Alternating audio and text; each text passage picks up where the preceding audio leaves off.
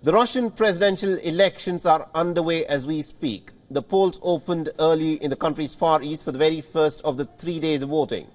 Owing to the Russia-Ukraine war, voting is taking place in the Russian-controlled parts of Ukraine this year. The incumbent President Vladimir Putin is almost certain of winning. In the Russian city of Vladivostok, the residents were seen posting their ballots at a polling station. The Vladivostok is a major port city near the borders of China and North Korea.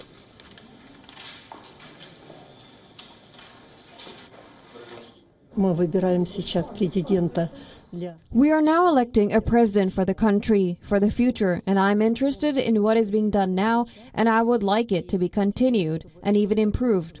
Because the younger generation must live in peace and harmony so that there is no war.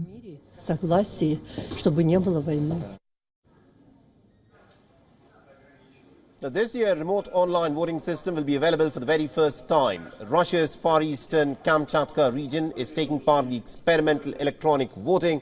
But otherwise, remember, Russia uses the paper ballots for its votes.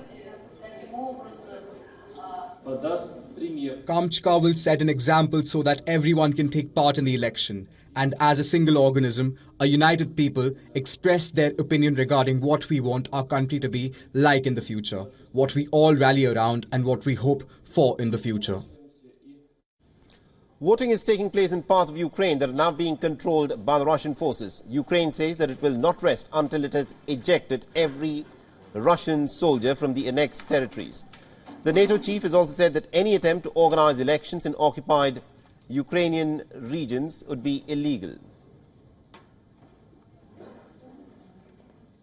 So the right to participate in fair and free elections is a fundamental part of any democratic society. But Russian citizens cannot count on freedom and fairness because opposition politicians are dead, in jail or exiled, and the press is not free. Now, Vladimir Putin is in fact facing a pretty weak competition in today's poll, since the other three candidates on the ballot are low-profile politicians. The opposition parties they belong to often agree with Kremlin's position on a whole host of different issues. Earlier, two candidates were barred from running. The anti-war activist Boris Nadezhdin is one of them.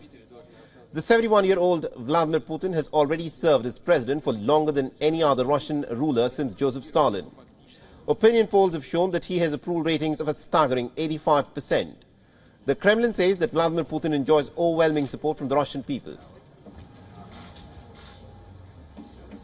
WION is now available in your country. Download the app now and get all the news on the move.